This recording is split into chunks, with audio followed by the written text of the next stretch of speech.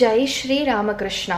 அன்னவயல் புதுவை ஆண்டாள் அரங்கற்கு பண்ணு திருப்பாவை பல்பதியம் இன்னிசையால் பாடிக் கொடுத்தாள் நற்பாமாலை பூமாலை சூடிக் கொடுத்தாளை சொல்லு.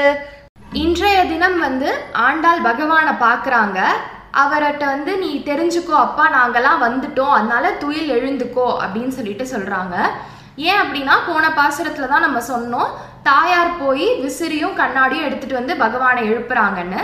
அப்போது தாயார் எழுப்பிட்டு இருக்காங்க. அப்பா ஆண்டாள் அதை பார்த்துட்டு சொல்கிறாங்க, நீ எந்திரிச்சுக்கோப்பா, தெரிஞ்சுக்கோ, நாங்கெல்லாம் வந்துட்டோம், உன்னோட அருளுக்காக வந்திருக்கோம், அதனால நீ எந்திரிச்சு எங்களை பாரு அப்படின்னு சொல்கிறாங்க. இன்னும் பகவான் ஆண்டாளை பார்க்கல, ஆனால் ஆண்டாள் பகவானை பார்த்து நீ தெரிஞ்சுக்கோ, துயில் எழுந்துக்கோ, நாங்கெல்லாம் வந்துட்டோம் அப்படின்னு சொல்கிறாங்க.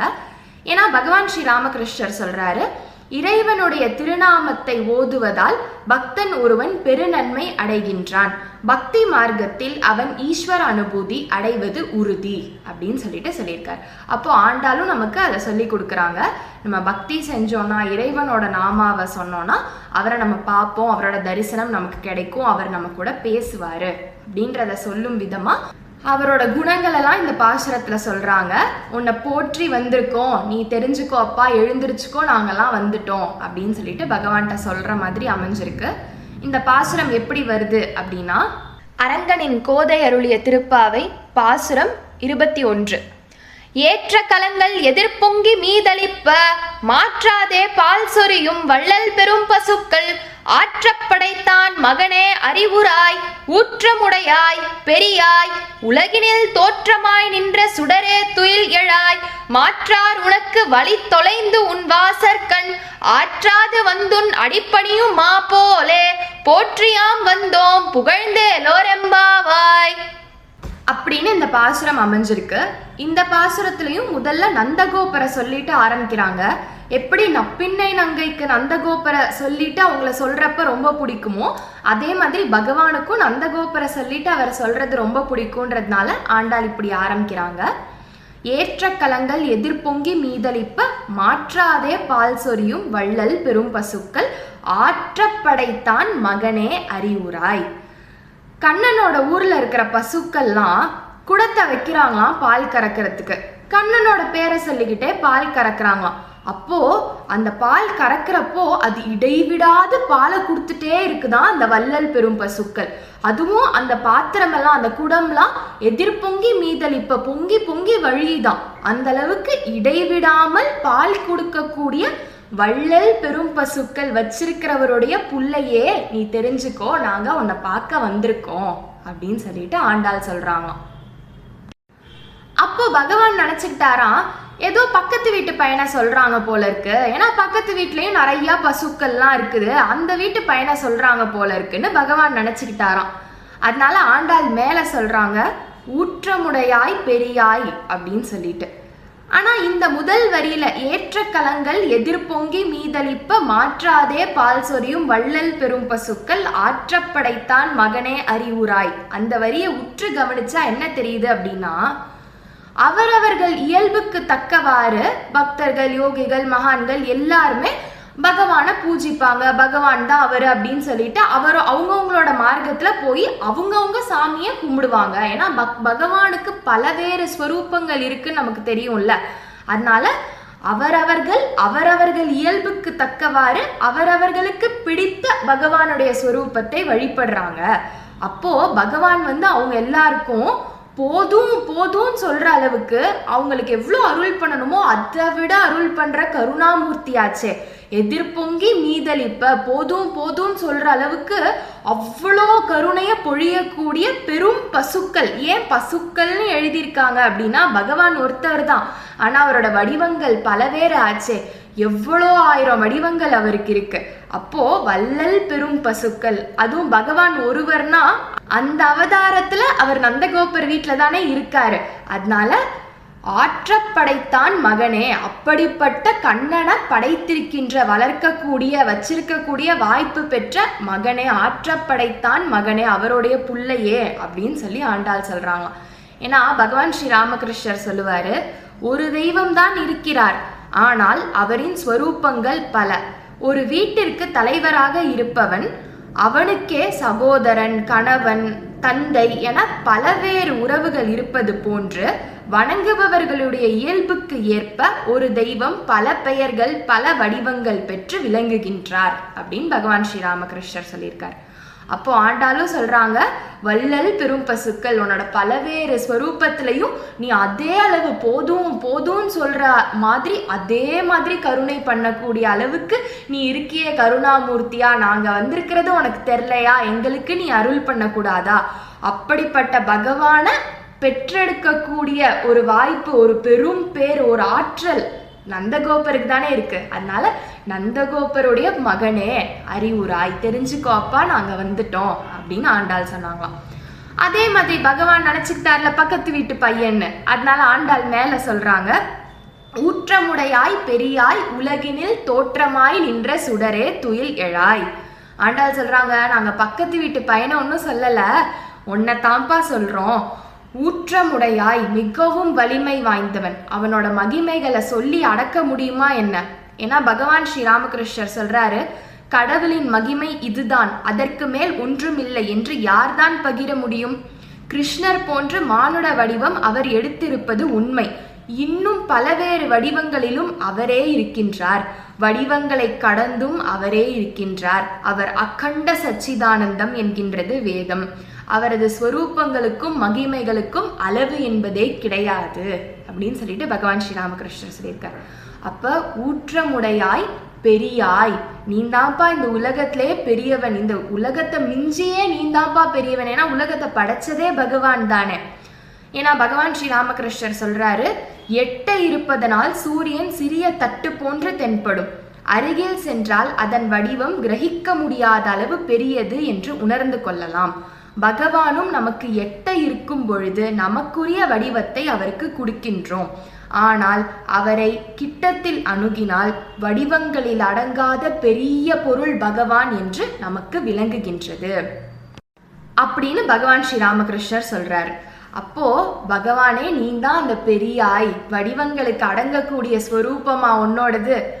ஆனாலும் உலகினில் தோற்றமாய் நின்ற சுடரே துயில் எழாய், எங்களுக்கு உன்னோட அவதார மூர்த்தியை பார்த்து பக்தி பண்றதுல தான் விருப்பம் இருக்கு. அதனால உலகினில் தோற்றமாய் நின்ற, இந்த உலகத்துல ஒரு வடிவம் எடுத்து வந்திருக்கக்கூடிய பகவானே, சுடரே துயில் எழாய், அதுவும் சுடரேன்னு சொல்றாங்களாம்.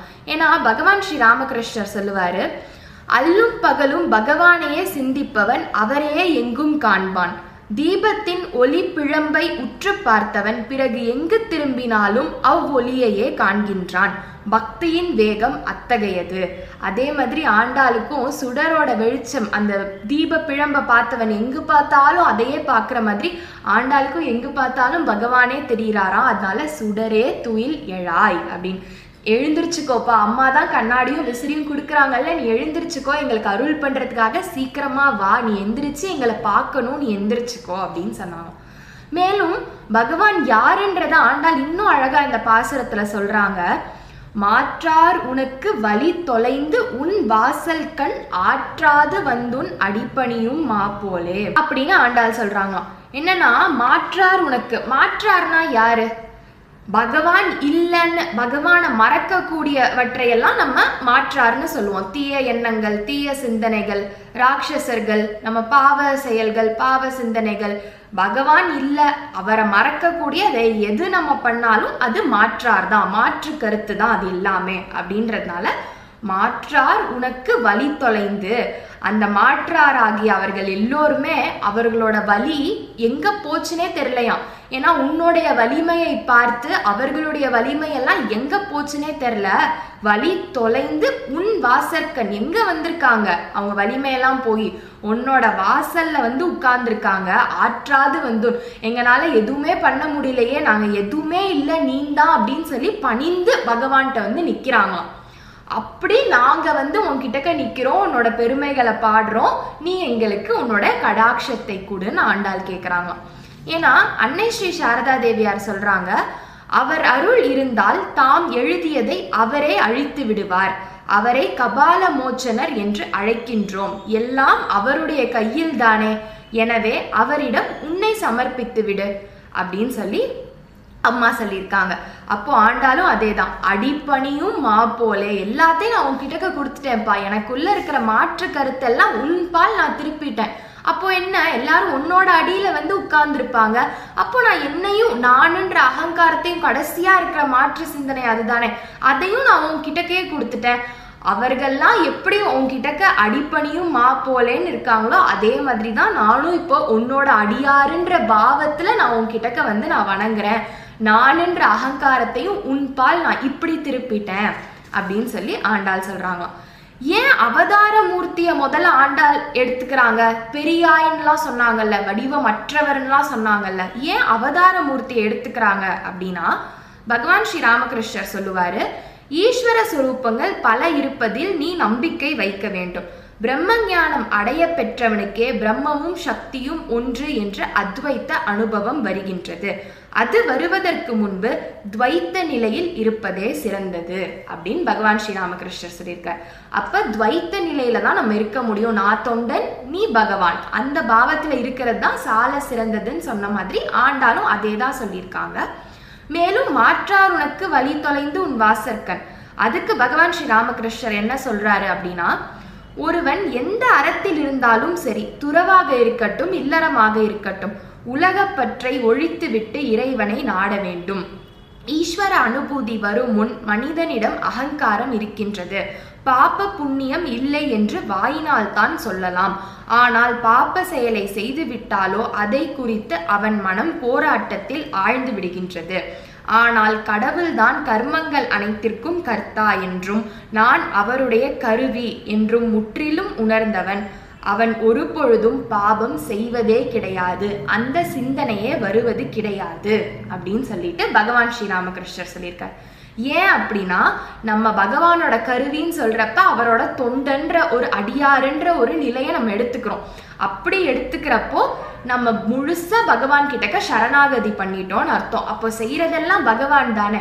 அப்போ ஏது பாவ புண்ணியம்லாம் எதுவுமே நம்ம கிடையாது, எல்லாமே பகவான் கையில தானே இருக்குது. அதோட கூட நம்ம உலக பற்றையெல்லாம் விட்டுட்டு பகவானை நாடணும்னு பகவான் ஸ்ரீ ராமகிருஷ்ணர் சொல்லியிருக்கிற மாதிரி ஆண்டாலும் சொல்றாங்க, மாற்றார் உனக்கு வழி தொலைந்து, அந்த மாற்று சிந்தனையாகிய இந்த உலகப்பற்று, மாயை, காமம், குரோதம், இது எல்லாமே பாப்ப செயல்கள் புண்ணிய செயல்கள் கூட எல்லாமே உன்னோட பாதத்துல நான் கொடுத்துட்டேன். அவங்களோட வலிமையெல்லாம் போயிடுச்சு உன்னோட வலிமைக்கு முன்னாடி. நீ தான் உண்மைன்றதை நான் புரிஞ்சுக்கிட்டேன், நீ தான் பகவான், நான் தொண்டன்றத நான் உணர்ந்து கொண்டேன். அவர்களெல்லாம் உன்பால் நான் திருப்பினதுனால உன்னோட வாசல்ல அவங்க அடிபணிந்து நிக்கிறாங்க. அப்போ நானும் உன்கிட்டக்க தானேப்பா அடிபணிந்து நிற்பேன். அதனால நான் உன்னை போற்றி பாடுறேன், நான் பாடுறேன், புகழ்றேன். உன்னோட கடாட்சத்தை நீ எனக்கு கொடுக்க கூடாதா? எழுந்திருச்சுக்கோப்பா அப்படின்னு ஆண்டாள் கேட்குறாங்க. அப்போ பகவான் சொல்றாரு, நான் என்னோட கடாட்சத்தை உனக்கு கொடுக்குறேன் அப்படின்னு சொல்லிட்டு, பகவான் அவரோட கடாட்சத்தை எப்படி கொடுக்குறாருன்றத அடுத்த பாசுரத்துல ஆண்டாள் சொல்லியிருக்காங்க. இன்றைய பாசுரத்துல சொன்ன மாதிரி நம்ம கிட்டக்க இருக்கிற மாற்று சிந்தனை, மாற்று கருத்துக்கள் எல்லாமே, அந்த மாற்றார்கள் அனைவரும் அவர்களுடைய வழியெல்லாம் துளைந்து எங்க போச்சுன்னே தெரியாத அளவுக்கு பகவான் பால் அதெல்லாம் திருப்பி, பகவான் தான் பெரியவர், அவரோட கருவி நம்ம, அவர் தான் பகவானுன்ற சிந்தனை நம்ம, அவரோட தொண்டருன்ற சிந்தனை வரணும் அப்படின்றது ஆண்டாளோட அருளால நமக்கு வரணும்னு வேண்டிக்கிட்டு இந்த பாசுரத்தை நம்ம முடிச்சுக்கலாம். நாளையோட பாசுரத்துல பகவானோட கடாட்சம் பார்வை எப்படி கிடைச்சது அப்படின்றத பார்ப்போம். ஆண்டாள் திருவடிகளே சரணம். சர்வம் ஸ்ரீராமகிருஷ்ணார்ப்பணமஸ்து.